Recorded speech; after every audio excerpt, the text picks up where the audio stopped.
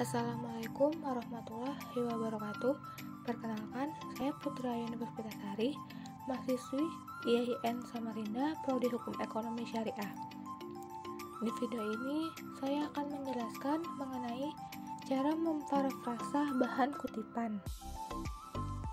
Apa sih parafrasa itu? Parafrasa adalah cara memasukkan pemikiran orang lain ke dalam tulisan Anda tanpa menggunakan kutipan langsung. Anda bisa menggunakan parafrasa untuk membuktikan atau mendukung ide. Jika ingin menggunakan parafrasa, Anda harus bisa menyajikan ide penulis asli dengan akurat menggunakan kata-kata sendiri. Setelah itu, pastikan Anda memasukkan sumbernya dengan benar. Bagian 1. Memeriksa kutipan. Pilih 1-3 kutipan. Jangan berusaha memparafrasakan terlalu banyak informasi sekaligus.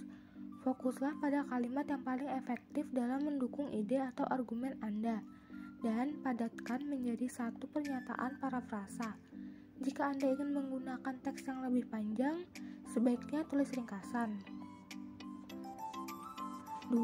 Buat anotasi kutipan dengan mengidentifikasi ide utama dan detail pendukung. Tentukan apa yang disampaikan penulis, seperti poin atau argumen utama. Kemudian, catat bagaimana mereka mendukung ide tersebut. Apa arti kutipan tersebut secara keseluruhan. Tulis catatan mendetail. Ini membantu Anda memahami kutipan dan juga memadatkan catatan ke dalam satu parafrasa. 3. Parafrasakan kutipan jika kata-katanya tidak lebih penting daripada ide itu sendiri. Jika Anda bisa mengekspresikan ide yang sama dengan kata-kata berbeda, sebaiknya gunakan parafrasa ini untuk memastikan kata Anda lebih banyak. Plus, Anda tidak perlu memasukkan terlalu banyak kutipan. Parafrasa merupakan ide terbaik untuk mengutip data, fakta, atau statistik. Anda bisa menggunakan parafrasa untuk menghindari terlalu banyak kutipan langsung. Parafrasa tetap harus diberi referensi. Jika tidak, berarti Anda melakukan plagiarisme. 4. Hindari parafrasa jika frasa kutipan langsung itu penting. Kutipan langsung lebih penting jika Anda membutuhkan kata-kata asli penulis untuk mempertahankan makna, otoritas ahli yang menyatakannya, dan penyusunan kata yang mengesankan. Sebaiknya gunakan kutipan langsung untuk kata-kata tokoh politik, selebritas, atau penulis. Jika bahasa teks Anda penting, kutipan langsung mungkin yang terbaik.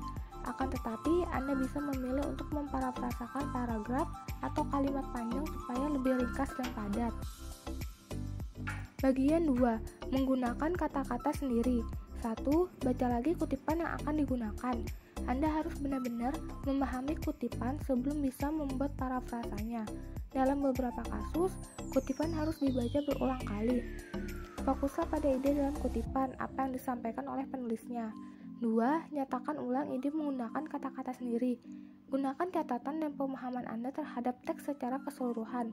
Jangan hanya mengganti kata-kata dalam kutipan orisinal dengan sinonimnya, karena itu tetap terhitung plagiarisme. Sebaliknya, pastikan parafrasa Anda orisinal. Artinya, Anda juga menggunakan struktur kalimat berbeda yang sesuai dengan gaya esai Anda. 3. Bandingkan parafrasa Anda dengan kutipan asli. Baca kedua kalimat tersebut dengan bersuara dan pastikan idenya sama, tetapi kata-katanya berbeda. Parafrasa harus cukup beda supaya tidak termasuk plagiarisme, tetapi tidak menyimpang dari maksud si penulis. 4. Pastikan parafrasa Anda mencerminkan maksud penulis. Kadang tanpa sadar, parafrasa keluar dari konteks kutipan sehingga tidak sesuai dengan maksud penulis. Parafrasa tersebut mendukung argumen Anda, tetapi tidak akurat. Apapun yang dikutip dari suatu sumber harus mencerminkan maksud penulis asli dalam konteks karyanya secara keseluruhan. 5. Jangan menggunakan tanda kutip pada parafrasa. Oleh karena parafrasa ditulis dengan kata-kata Anda sendiri, tidak perlu menggunakan tanda kutip untuk mengapitnya. Tulis saja seperti bagian teks lain yang menggunakan bahasa Anda sendiri.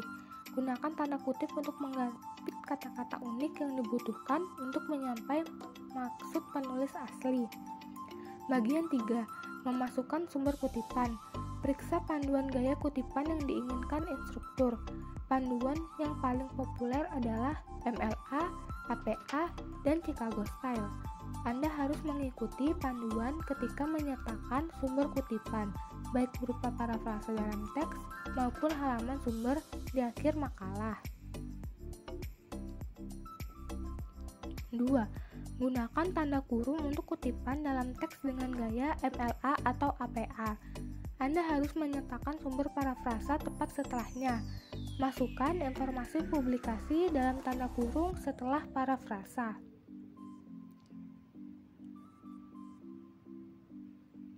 3. Memasukkan catatan kaki untuk Chicago Style. Setelah parafrasa, masukkan angka kecil di dekat tanda titik. Kemudian, gunakan alat format di program prosesor kata untuk memasukkan catatan kaki di bawah halaman. Masukkan semua informasi publikasi dari halaman bibliografi. Akan tetapi, tulis nama depan penulis lebih dahulu, diikuti nama belakang.